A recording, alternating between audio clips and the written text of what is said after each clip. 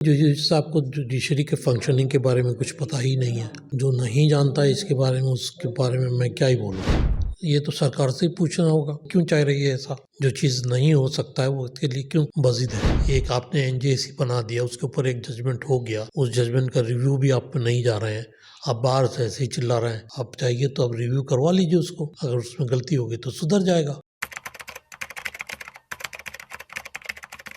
नमस्कार, the legal observer में आपका स्वागत है। मैं हूं खुर्रम जामी। आज हम बात करेंगे जुडिशरी की। कितनी कमिटेड है जुडिशरी और कितनी इंडिपेंडेंट है जुडिशरी। और हमारे साथ बात करने के लिए मौजूद हैं पटना हाई कोर्ट के चीफ जस्टिस, पूर्व चीफ जस्टिस इकबाल अहमद अंसारी साहब।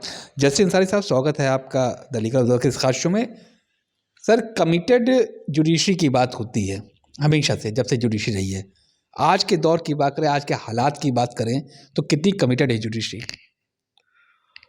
मतलब कमिटेड जो है वो कमिटेड किस तरफ, अपने रोल की तरफ कि क्या होना चाहिए या सरकार की तरफ।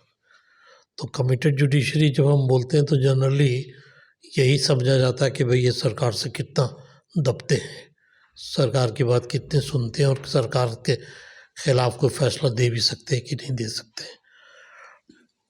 क्योंकि कोर्ट का जो फैसला होता है वो सरकार के फेवर में भी हो सकता है और सरकार के अगेंस्ट में भी हो सकता है। अगर कोर्ट का फैसला हमेशा सरकार के फेवर में हो तो फिर जो है लोग कोर्ट में जाना ही छोड़ देंगे, और अगर कोर्ट में जाना छोड़ देंगे तो फिर जो है वो जनता के बीच और जो रूलिंग क्लास है उनके बीच में जो फाइट जो है, ये लड़ाई जो है वो बिल्कुल आमने सामने हो जाएगा। जुडिशरी जो है एक शॉक एब्जॉर्बर की तरह है, जो गाड़ी का जैसा शॉक एब्जॉर्बर एब्जॉर्ब कर लेता है शॉक को, इसी तरह ये एक दूसरे की जो लड़ाई है उसको, उसके शॉक को एब्जॉर्ब कर लेता है। तो कमिटेड जुडिशरी का मतलब यही है कि भाई जुडिशरी जो है कितना कमिटेड है अपने रोल को निभाने में और कितना सरकार से दबता है। तो जहाँ तक इंडियन जुडिशरी का सवाल है, ऐसा तो नहीं बोल सकते हम लोग कि ये सरकार से बिल्कुल दबता ही है और बिल्कुल खड़े होकर कोई फैसला नहीं दे सकता। लेकिन हाँ, उसके ऊपर में क्वेश्चन मार्क ज़रूर है कुछ जजमेंट्स को लेके कि भाई ये कहाँ तक इंडिपेंडेंट जजमेंट रहा, ये सरकार के इन्फ्लुएंस में आया हुआ जजमेंट तो नहीं है। वो इम्प्रेशन जो है वो जुडिशरी को ही दूर करना होगा, कोई बाहर से तो करेगा नहीं। आप किस जजमेंट की बात कर रहे हैं? हाँ बोलिए। किस जजमेंट की तरफ आपका इशारा है? जो आपने कहा कि कुछ जजमेंट्स ऐसे हैं जो बताता है कि जो रोल है जुडिशरी का वो निभा नहीं पा रहे हैं, आपको ऐसा लग रहा है? नहीं, मुझे ऐसा नहीं लग रहा है। मतलब लोगों का जो क्रिटिसिज्म है मैं उसकी बात कर रहा हूँ। जैसे बाबरी मस्जिद का जो है, लोगों को ये है कि भाई ये उसमें सब कुछ सुप्रीम कोर्ट ने मान लिया। जैसे ये कि ये जो है मस्जिद तो मंदिर को तोड़ के मस्जिद नहीं बनाई गई, उसके नीचे कोई मस्जिद का ढांचा नहीं, मंदिर का ढांचा नहीं था उस मस्जिद के नीचे। और लेकिन ये है कि फैसला फिर भी जो है क्या नाम उसका मंदिर के फेवर में हुआ। तो लोगों का ऐसा बोलना है कि भाई ये तो सरकार के प्रेशर में हुआ। लेकिन यह है कि सरकार के प्रेशर में हुआ कि नहीं हुआ, इसका फैसला तो सुप्रीम कोर्ट ही कर सकती है। सुप्रीम कोर्ट ही कर सकती है। और इत्तेफाक से जो जज साहब थे उस बेंच में, वो आज चीफ जस्टिस ऑफ इंडिया है। ओ जी। अच्छा, दूसरी बात ये है कि जब हम कहते हैं इंडिपेंडेंट जुडिशरी आज़ाद है, हर चीज़ से आज़ाद है, यानी कि उस पर किसी का जोर नहीं चलता। जो कॉन्स्टिट्यूशन कहता है वही जुडिशरी कहता है, ऐसा माना था। क्या लग रहा है आपको कि ये भी कुछ मिसफिट बैठ रहा मामला? Independence of judiciary? जी नहीं, देखिए इंडिपेंडेंस ऑफ जुडिशरी तो है कि नहीं है वो, लेकिन कर सकते हैं कि नहीं कर सकते उस पर तो मैं बिल्कुल क्लियर हूँ कि आप हमेशा जुडिशरी में इंडिपेंडेंट हो सकते हैं। कोई क्या कर सकता है, ज़्यादा से ज़्यादा आपको मार डालेगा और तो इससे ज़्यादा कुछ नहीं होगा। तो लेकिन आपने अगर इतना बड़ा इतनी बड़ी जिम्मेदारी आपने उठाई है कि मैं फैसला करूँगा तो कानून के मुताबिक ही करूँगा, संविधान के मुताबिक ही करूँगा, तो करिए। उस पर आपको तो कोई रोक तो नहीं सकता उससे। फैसला देने के बाद में क्या होगा वो दूसरी बात है, लेकिन फैसला देने से पहले तो कुछ नहीं हो रहा है। तो क्या आज की जो जुडिशरी है वो इस चीज़ को फॉलो कर पा रही है? मेरे लिए बोलना मुश्किल है। ये तो जो लोग बहुत क्लोजली ऑब्जर्व कर रहे हैं वो बोल सकेंगे। वो बोल सकेंगे। जैसे आप लोग बोल सकते हैं क्योंकि आप बाहर से देख रहे हैं, आप लोगों को ज़्यादा अंदाज़ा होगा।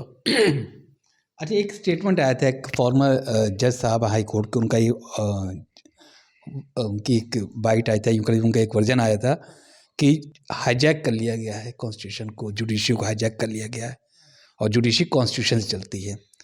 तो किसने हाईजैक कर लिया? कॉन्स्टिट्यूशन हैज़ बीन हाईजैक्ड, ऐसा कुछ कहा था।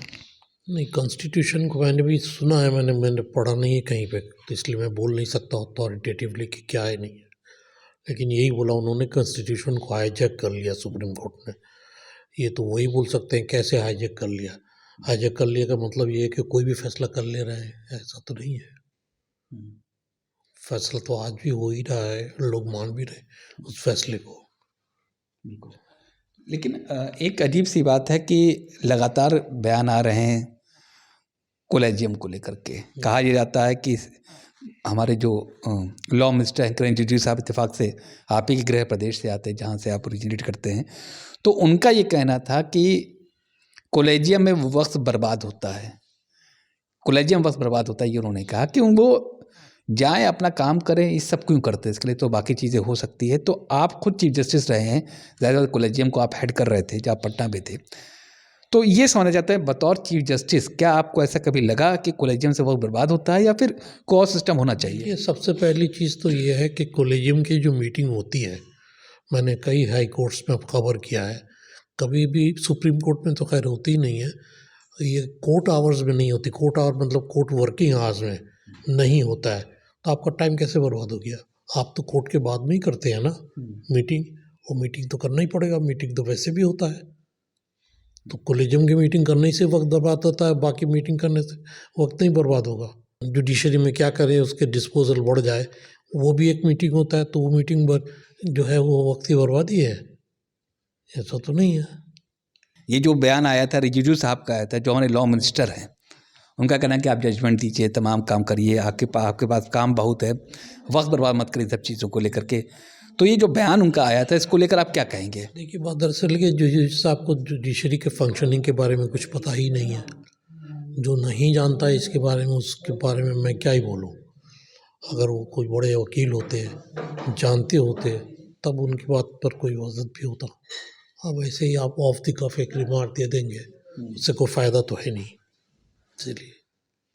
अरे जो ये लगातार कोलेजियम को लेकर बहस चल रही है, जेएसी आया इसी सरकार में, उसको स्ट्राइक डाउन कर दिया कोर्ट ने, कहा कि ये इन वजह से इसको एक्सेप्ट नहीं किया जा सकता, हमारी इंडिपेंडेंस पर चैलेंज है, तमाम चीज़ें कही।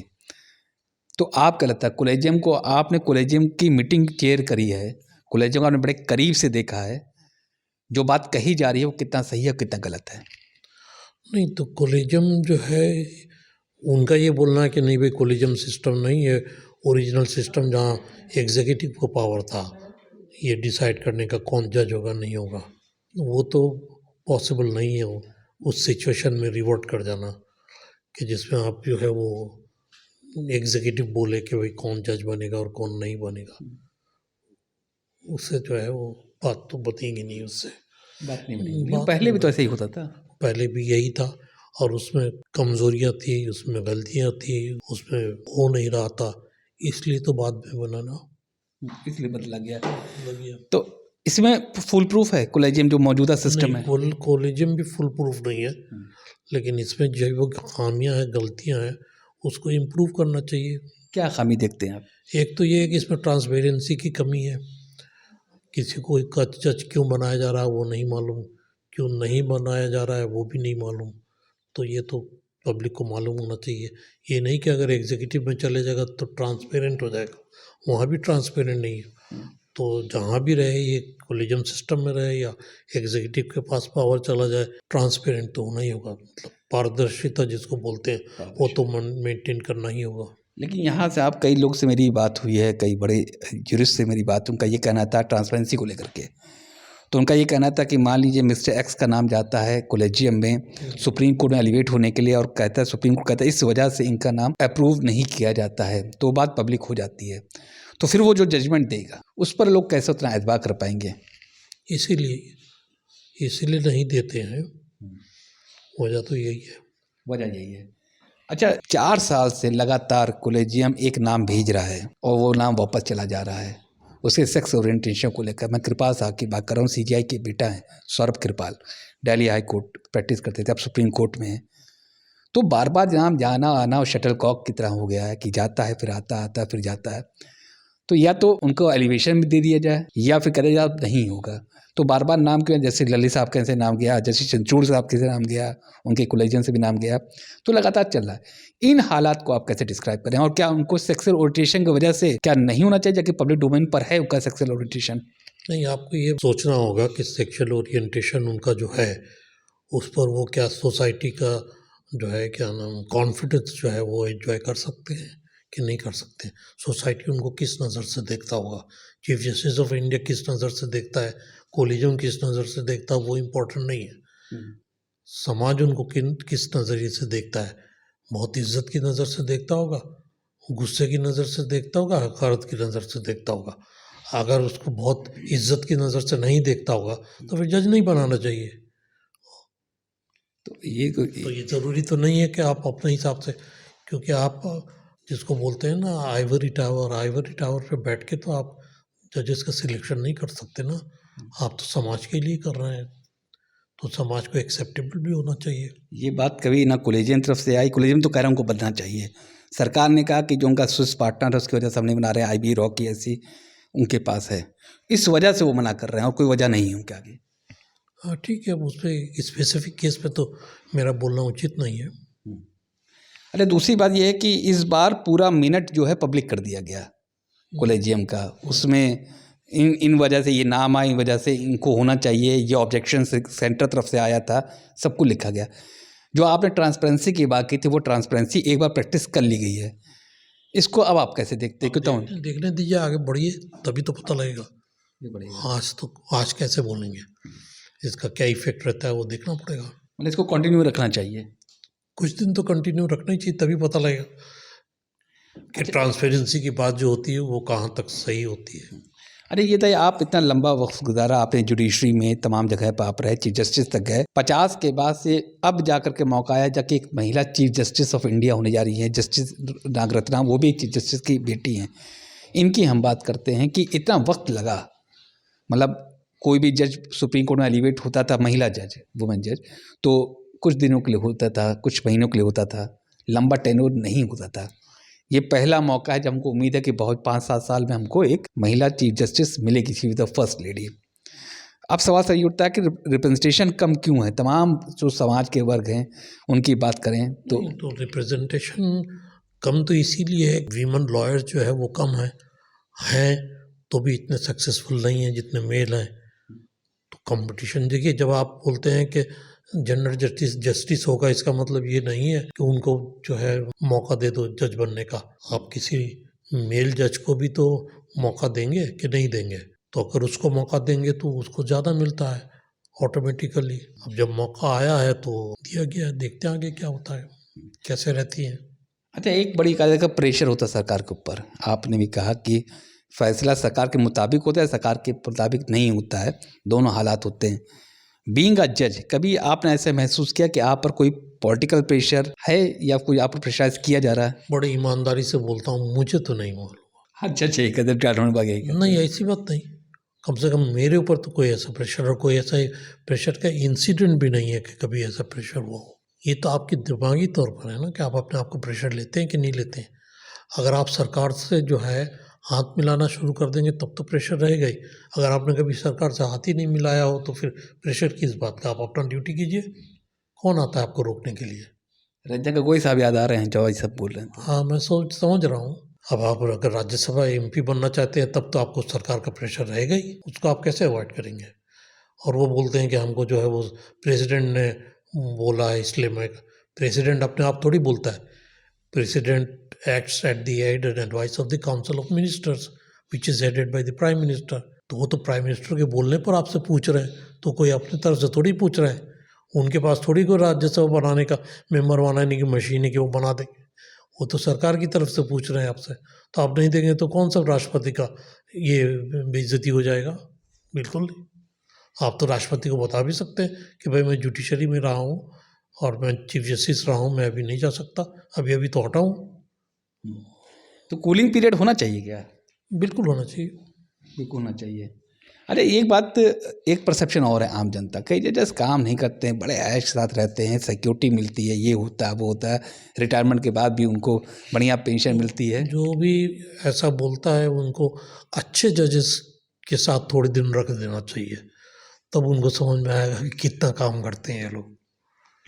क्योंकि जो परसेप्शन है वो भी है, वो भी सही है, क्योंकि उस टाइप के जजेस भी है जो काम नहीं करते हैं, लेकिन आप उनकी तरफ क्यों देख रहे हैं?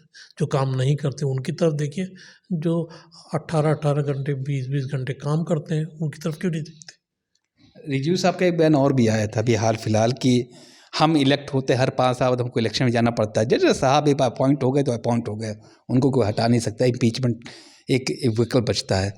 तो ये ऑब्जर्वेशन आप कैसे देखते हैं लॉ मिनिस्टर साहब का? ये बचकाना है, और तो क्या बोलूँगा इसका।